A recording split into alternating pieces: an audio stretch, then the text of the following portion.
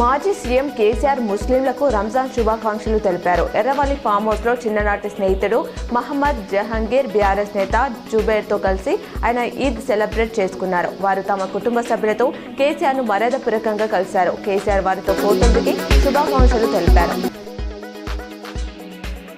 Saint తెరిస్తా 1995-96 పూర్వ విద్యార్థుల ఆత్మీయ సమ్మేళనం ఘనంగా నిర్వహించారు. ఆనాటి జ్ఞాపకాలను నెమరు వేసుకుంటూ విద్యార్థులు సందడి చేశారు. పసుపు బోర్డు చైర్మన్ పల్లె గంగారెడ్డి నివాసంలో సామూహిక సత్యనారాయణ వ్రతం ప్రత్యేక పూజల కార్యక్రమంలో ఆర్మూరు ఎమ్మెల్యే పడి రాకేష్ రెడ్డి, అర్బన్ ఎమ్మెల్యే ధన్పాల్ సూర్యనారాయణ పాల్గొన్నారు. ముఖ్యమంత్రి రేవంత్ రెడ్డి నేడు సిద్దిపేట జిల్లాలో పర్యటించనున్నారు.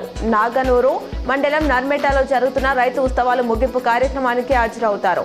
ఈ సందర్భంగా సుమారు 300 కోట్లతో నిర్మించిన తెలంగాణ ఆయిల్ పామ్ కర్మాగారాన్ని ప్రారంభించడంతో పాటు రాష్ట్రంలోనే మొదటి ఆయిల్ రిఫైనరీకి శంకుస్థాపన చేస్తారు.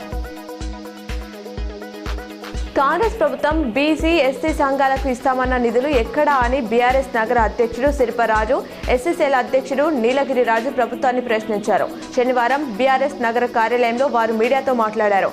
బీసీలకు 1,00,000 కోట్లు ఇస్తామని చెప్పి 2.5 ఏళ్లు కాలయాపన చేశారని ఆగ్రహం వ్యక్తం చేశారు.